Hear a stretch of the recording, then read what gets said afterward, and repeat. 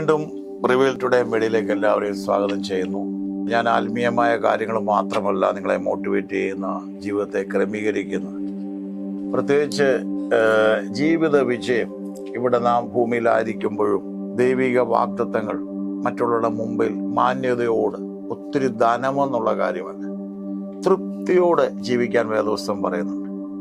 സകലത്തിലും പൂർണ്ണ തൃപ്തിയുള്ളവരായി സകല സൽപ്രവൃത്തിയിലും പെരുകി വരുമാറ് സകല കൃപയും പെരുക്കാൻ ദൈവശക്തൻ. അപ്പൊ ആ കൃപ പെരുക്കുന്നത് സകലത്തിലും പൂർണ്ണ തൃപ്തിയുള്ളവരായിരിക്കണം ദൈവം ആഗ്രഹിക്കുന്നത്. എന്തിനാ?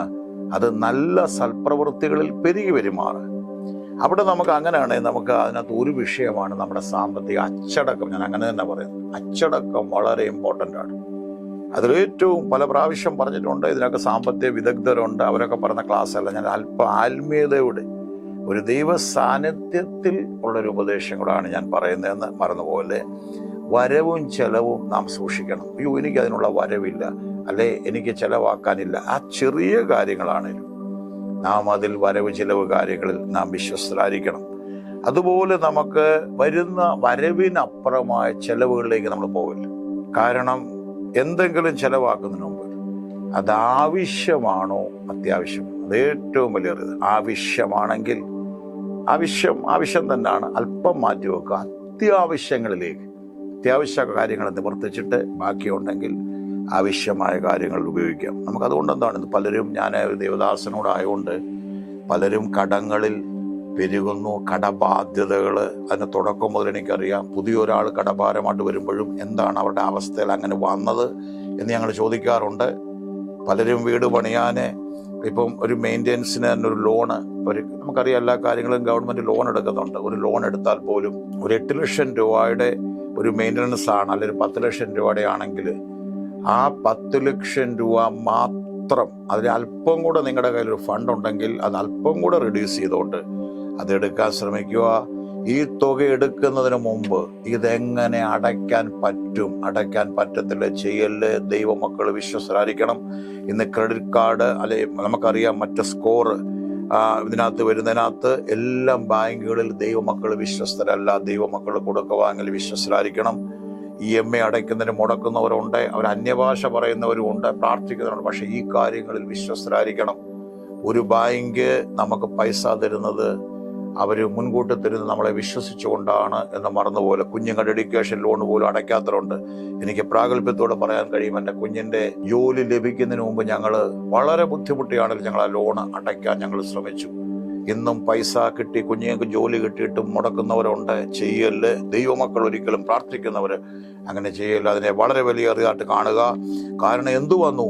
ആ 10ൻ്റെ കൂടെ വീണ്ടും 10, വീണ്ടും 15 ഇങ്ങനെയൊക്കെ എടുത്ത് കടം തലവഴങ്ങാരം കൂട്ടിയിരുന്നിട്ട് ദൈവം എനിക്ക് വേണ്ടി ഒരു പ്രവൃത്തി ചെയ്യണേ എന്ന് പ്രാർത്ഥിക്കുന്നവരുണ്ട്. ചെയ്യല്.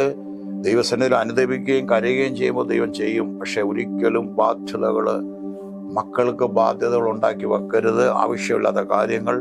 എന്തെങ്കിലും കുടുംബത്തിൽ ഒരു കാര്യം ചെയ്യണേ, കുഞ്ഞുങ്ങളുമായിട്ട് ഐക്യതയുണ്ട്, എല്ലാവരും കൂടിയിരുന്ന് ആലോചിച്ച് ആ മക്കൾ പറയുന്നവരോട്. ഞാൻ ചില കാര്യങ്ങൾ എൻ്റെ ഭാര്യയെ ഓർത്ത് ഞാൻ ദൈവത്തെ സ്തുതിക്കുന്നു. കാരണം ഇപ്പം ഒരു ലോൺ, അവരുടെ അടുത്ത് ഒരു 1 ലക്ഷം രൂപ ലോൺ വന്ന് കിടക്കുകയാണെന്ന് പറഞ്ഞാൽ ഞങ്ങൾക്കൊരു ആവശ്യം 20,000 രൂപ ആണെങ്കിൽ എൻ്റെ വൈഫ് എന്നോട് പറയും, ആ കറക്റ്റ് 20,000 രൂപ മാത്രം എടുത്താൽ, അല്ല 1 ലക്ഷം അവൈലബിളാ, വേണ്ട, നമുക്കത് വേണ്ട, നമ്മുടെ ആവശ്യത്തിനുള്ളത്. ഈവൻ ഒരു ഗോൾഡ് ലോൺ വെക്കാൻ പോയാലും 10,000 രൂപയുടെ ആവശ്യമാണെങ്കിൽ ആ സ്വർണത്തിന് ഒരു 40,000 രൂപ വരെ കിട്ടാൻ ചാൻസ് ഉണ്ടെങ്കിൽ ആ 10 രൂപ ഉള്ളത് നമ്മുടെ ആവശ്യം, അത്രയും മാത്രം എടുത്താൽ മതി. അങ്ങനെയൊക്കെ സ്ത്രീകൾ നിയന്ത്രിക്കണം പല കാര്യങ്ങളിൽ. ഭർത്താവിനൊപ്പം സ്ത്രീകളും, സ്ത്രീക്കൊപ്പം ഭർത്താവാണ്. ആ വീടിന്റെ ഗതി അധോഗതി എവിടെയെങ്കിലും ഒന്ന് നിയന്ത്രിക്കാൻ. രണ്ടും പോഷാണെങ്കിൽ അപ്പോൾ വരവിനേക്കാൾ അധികം വീടുകളൊക്കെ നമുക്കറിയാം. അപ്പുറത്തൊരാൾ അത് വലിയൊരു വീട് വെച്ച്, ഞാനൊരു വീട് വെക്കും, അപ്പുറത്തൊരാൾ കാറ് മേടിച്ചു. നല്ല കാര്യം, വാഹനം വേണം, നല്ല വീട് വേണം. പക്ഷെ വരുമാനം എവിടുന്നാണ് അടയ്ക്കേണ്ടത്? വിശ്വാസത്തോടെടുത്ത് ചാടുന്നുണ്ട്. ദൈവത്തിന്റെ മുഖത്ത് നോക്കി. ഞാൻ ദൈവത്തിന്റെ മുഖത്ത് നോക്കിക്കൊണ്ട് ഞാൻ വാഹനം എടുത്തിട്ടുണ്ട്. പക്ഷേ HDFC ബാങ്ക് പറഞ്ഞ് ഇത്രയും ക്ലിയറായിട്ട് ആരും EMI അടച്ചിട്ടില്ല. ക്ലിയറായിട്ട് അവരിപ്പോഴും ലോൺ വേണമെന്ന് ആവശ്യപ്പെട്ടുകൊണ്ടിരിക്കും. ഞാൻ ദൈവദാസൻ, ദൈവപൈതൽ മാത്രമല്ല ദൈവദാസനായതുകൊണ്ട് ആ കാര്യങ്ങൾ ഞാൻ വിശ്വസ്തനായിരിക്കണമെന്ന് ഞാൻ ആഗ്രഹിച്ചു. ദൈവത്തെ സ്തുതിക്കുന്നു. പക്ഷേ ഓരോ മാസങ്ങളും കർത്താവ് പറയുന്നുണ്ട്, ഗോപുരം പണിയുന്നതിന് മുമ്പ് അത് നോക്കണം, അതിനുള്ളതുണ്ടോ, അല്ലെ അതിലെ പോകുന്നൊരു തലകുലിക്ക് ചിരിക്കാനിടയാകുമെന്ന് ദൈവം പറയുന്നുണ്ട്. വരുമാനത്തിലധികം പ്രവൃത്തി ചെയ്യുമ്പോൾ ദൈവം ഇത് തിരിച്ചടയ്ക്കേണ്ടതാണ്. അങ്ങനെയുള്ള കാര്യങ്ങൾ നമുക്ക് ശ്രദ്ധിക്കുന്നതല്ല. വരവ് ചിലവുകൾ മാക്സിമം നിയന്ത്രിക്കുക. ഇതിലെല്ലാം ഉപരി അല്പം ആവശ്യങ്ങളിൽ സേവ് ചെയ്യുന്ന ഒരു കാര്യം. അപ്പം നമുക്കറിയാം, ദൈവം പറയുന്നുണ്ട്, അന്നുള്ള ആഹാരം പ്രാർത്ഥനയെ പഠിപ്പിക്കുന്നുണ്ട്. എങ്കിലും മറ്റുള്ളവരുടെ മുമ്പിൽ കൈ നീട്ടാതെ. എന്നെ ഈ ജാനുവരി ആദ്യം മുതൽ ദൈവം ഒരു ജ്ഞാനം എനിക്ക് തന്നത്, വേറെ വരുമാനങ്ങളൊന്നുമില്ല, ഉള്ളത് ഒരു അടുക്കും ചിട്ടയിലേക്ക്. അതുകൊണ്ട് പെട്ടെന്ന് ആരോടും ഞാൻ ഈ അടുത്ത കാലങ്ങളൊന്നും അങ്ങനെ ചോദിക്കാറില്ല. കാരണം നമ്മളെ ദൈവം വായ്പ നീ വാങ്ങത്തില്ല, തൻ്റെ ജനത്തോട് ദൈവം പറയുന്ന കൊടുക്കാൻ ദൈവം സമൃദ്ധി വരും. അപ്പൊ ദൈവത്തിന്റെ സന്നിധിയിൽ നമ്മൾ എപ്പോഴും അങ്ങനെ ഒരു ക്രമീകരണം. ഞാൻ പലപ്പോൾ പറയും, ഒരു മുറിയിൽ നമുക്ക് കുറച്ച് സാധനങ്ങൾ അടുക്കിയിരിക്കുകയാണ്. പക്ഷെ ആ മുറിയിൽ നമുക്ക് അല്പം കൂടെ സ്ഥലം വേണേൽ ഭിത്തി ഇടിക്കുന്നതിന് മുമ്പ് ആ ഇരിക്കുന്ന സാധനങ്ങളെ ഒരു ഓർഡറിലേക്ക് നമ്മൾ കൊണ്ടുവരാൻ സ്പേസ് കിട്ടും. നിങ്ങളായിരിക്കുന്ന വരവ് ചിലവുകളെ നിങ്ങളൊന്ന് നിയന്ത്രിക്കുക. ദൈവത്തിന് കൊടുക്കാനുള്ളത് ആദ്യം കൊടുക്കണം. ദൈവ പൈതലാണെങ്കിൽ ആദ്യം നടത്തുന്ന ദൈവത്തിന് ആ ദശാംശമൊന്നും അല്ല എന്താണെന്ന് ദൈവത്തിന് കൃത്യമായിട്ട് കൊടുക്കുകയും ആ ബാക്കി കാര്യങ്ങൾ, അപ്പാ നീ ഒരു മാസക്കാലം എന്നെ നടത്തണം, ജോലിയാ നീ എന്നെ സഹായിച്ചു, നീയാണ് ശക്തി തന്നത്, നീയാണ് എനിക്ക് നന്മ തരാൻ ശക്തി തന്നത്, കർത്താവേ നീ എന്നെ സഹായിക്കണം. പ്രാർത്ഥനയിലൂടെ ദൈവകാര്യങ്ങളിൽ കൊടുക്കുന്ന വിഷയങ്ങളിൽ ദൈവം വിശ്വസ്തനാണ്. ഞങ്ങളുടെ ജീവിതത്തിൽ ദൈവത്തിന് കൊടുക്കാൻ ഒരു ദൈവദാസനാണ്. അഭിമാനത്തോടെ എനിക്ക് പറയാൻ കഴിയും. കൊടുക്കാൻ, ദൈവത്തിന് കൊടുക്കാൻ മുൻഗണന കൊടുക്കുന്നതുകൊണ്ട് ഓരോ മാസവും ബാധ്യതകളില്ലാതെ ദൈവം നടത്തുന്നു. ദൈവത്തെ സ്തുതിക്കുന്നു. ആരുടെയും മുമ്പിൽ കൈ ചോദിക്കാൻ ഒത്തിരി തിരക്കുള്ള ശുശ്രൂഷണമൊന്നുമല്ല ഞാൻ.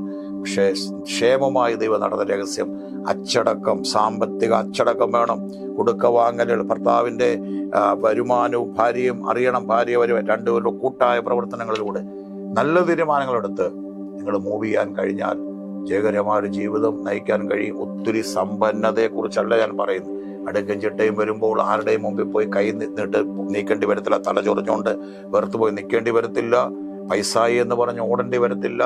ദൈവം അന്നന്ന് ഇസ്രായേൽ മക്കളുടെ മുമ്പിൽ മന്ന പൊഴിഞ്ഞ പോലെ ദൈവം മാനിച്ച് നടത്തും.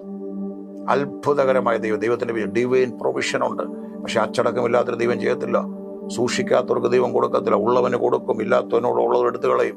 ഒരിക്കൽ വർഷങ്ങൾക്ക് മുമ്പ് ദൈവം വാഹനം തന്നപ്പോൾ ദൈവനോട് നീ അത് സൂക്ഷിക്കണം, നീ അത് കഴുകി വൃത്തിയായി സൂക്ഷിക്കണം. ചിലരുടെ സ്കൂട്ടർ അങ്ങനെയുള്ള കാര്യങ്ങൾ കണ്ടാൽ അറിയാം. 10 വർഷം പഴക്കമുള്ള ഒരു വർഷത്തെ വണ്ടി, 10 വർഷം പഴക്കമുള്ള വണ്ടി കണ്ടാൽ 1 വർഷം പഴക്കം പറയത്തില്ല. ദൈവം തരുന്ന സൂക്ഷിക്കണം. എന്നാ അപ്പം വർദ്ധിച്ചപ്പോൾ ദൈവം പറഞ്ഞു, ശേഷിച്ചതെല്ലാം കൊട്ടയിൽ നിറയ്ക്കാൻ പ്രാർത്ഥനയോടെ ലഭിക്കുന്ന സൂക്ഷിക്കുന്ന ദൈവം. നമ്മൾ അതിനകത്ത് നല്ല വിചാരകത്വം, കാര്യവിചാരകത്വം ഉണ്ടെങ്കിൽ ദൈവം നമ്മളെ വർദ്ധിപ്പിക്കും. ചെറിയ സന്ദേശം അനുഗ്രഹമാണെങ്കിൽ ഷെയർ ചെയ്യണം, സബ്സ്ക്രൈബ് ചെയ്യണം, മറക്കല്ല്. സാമ്പത്തിക അച്ചടക്കം, എല്ലാ കാര്യങ്ങളും അച്ചടക്കം വരുമ്പോൾ ദൈവം വർദ്ധിപ്പിക്കും.